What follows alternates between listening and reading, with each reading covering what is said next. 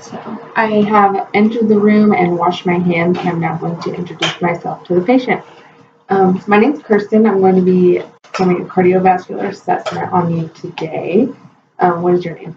My name's Nikki. All right. So first, I'm going to start. I'm just going to listen to your heart while you're sitting up. So you can go ahead and just breathe normally.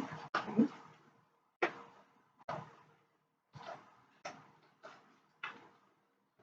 So I will start in the right second intercostal space over the aortic area. S1 and S2 sounds heard, and S2 is louder than S1. And I'll move over to the left second intercostal space, the pulmonic area. S1 and S2 heard. S2 is louder than S1. And I'll move on to the left third intercostal space over Erb's point. S1 and S2 are equal. And the fourth intercostal space over the tricuspid area. S1 and S2 heart sounds are heard. S2 is a little louder than S1. And then lastly, the fifth intercostal space over the mitral area.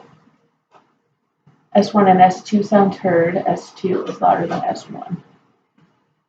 I'm going to do the same thing, just lifting them with a different part of my stethoscope.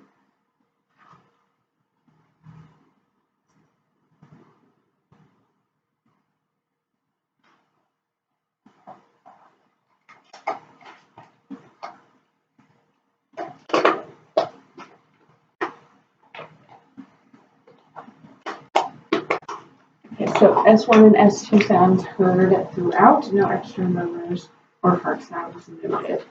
Okay, so now I'm going to listen to you again, but I'm going to have you lying down. You can go ahead and lay down for me.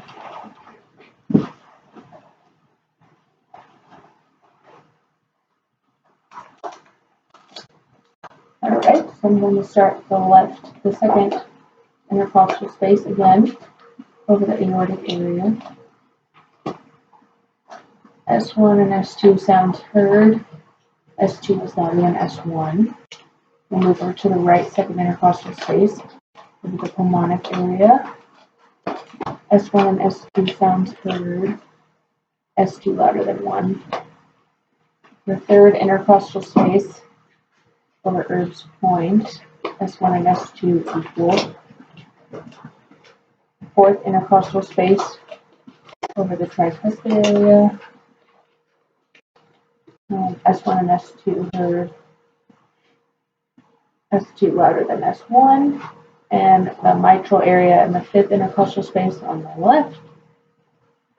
S1 and S2 heard. S2 louder than S1. I'm going to do the same thing.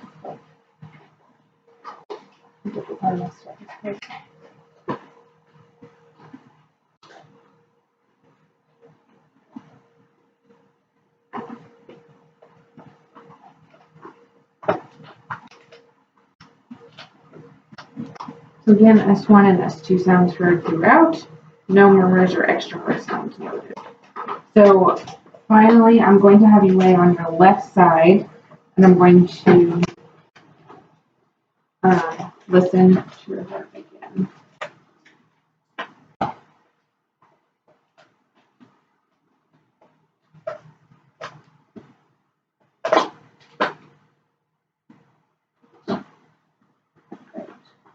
Starting over the second intercostal space.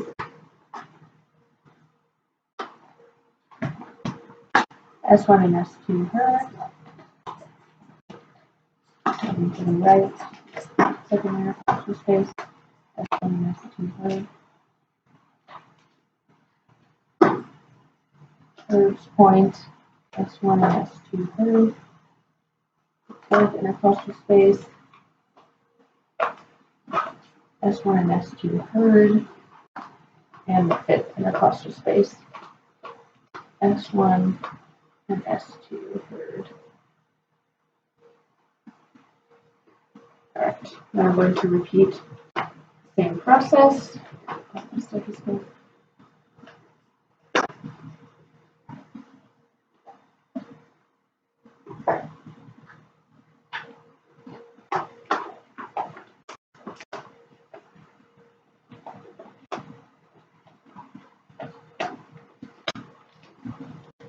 So S1 and S2 sounds heard throughout, no murmurs or extrovert sounds noted. Okay, so you can go ahead and sit back up. And now I'm going to be feeling the different areas of your heart to assess for any thrills or heaves or abnormal pulsations. So I'm going to start at the apex of the heart.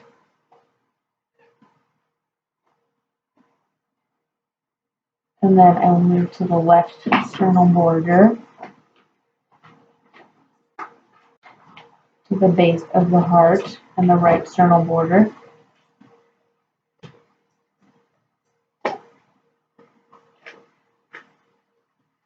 The epigastrium.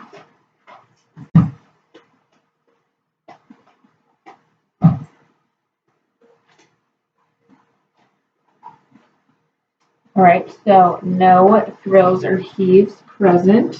I felt a slight impulse. Now I'm going to palpate the area of the point of maximal impulse, which is at the 5th intercostal space, at the midclavicular line. The PMI is palpable, but no thrills or heaves are present. All right, so finally, I'm going to palpate some of your pulses. I'm going to start with your radial pulses.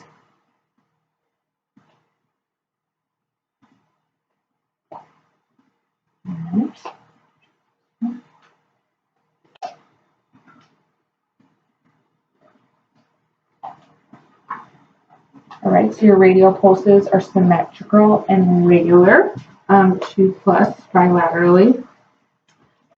Now I'm going to feel your femoral pulses, which actually I'll need you to lay down for that.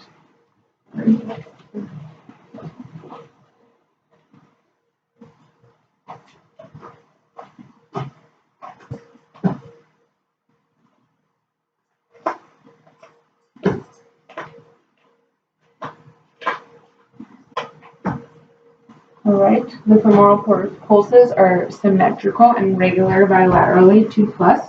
All right, you can sit back up. And then I'm going to feel for your dorsalis pedis pulses on B.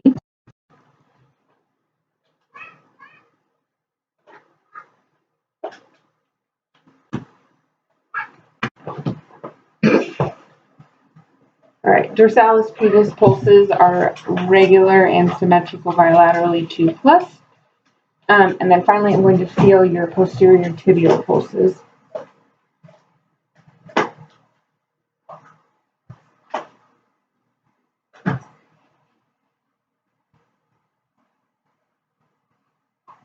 All right, so posterior tibial pulses are symmetrical and regular bilaterally, 2+. All right, and that concludes the cardiovascular assessment. Thank you for your participation.